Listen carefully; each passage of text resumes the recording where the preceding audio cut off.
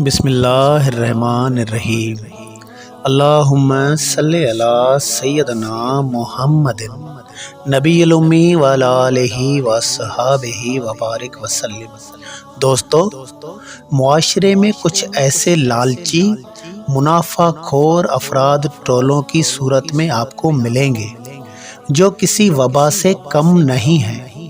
وہ ہمیشہ ایسے مواقع کی تلاش میں رہتے ہیں کہ جب تم نامناسب حالتوں میں سے گزر رہے ہو تو وہ فائدہ حاصل کرنے کے لیے نکل پڑتے ہیں۔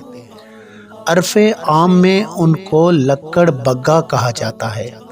لکڑ بگے آپ کے وجود میں نفس اور شیطان کی صورت میں ہو سکتے ہیں اور باہر تو ماشاءاللہ ارد گرد ملتے ہیں۔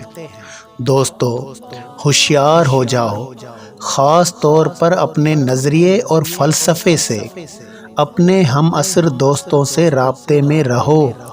چھپ کے کاٹنے والوں پر کڑی نظر رکھو۔ جس کو فرض سونپے گئے ہیں وہ جاگ جائیں۔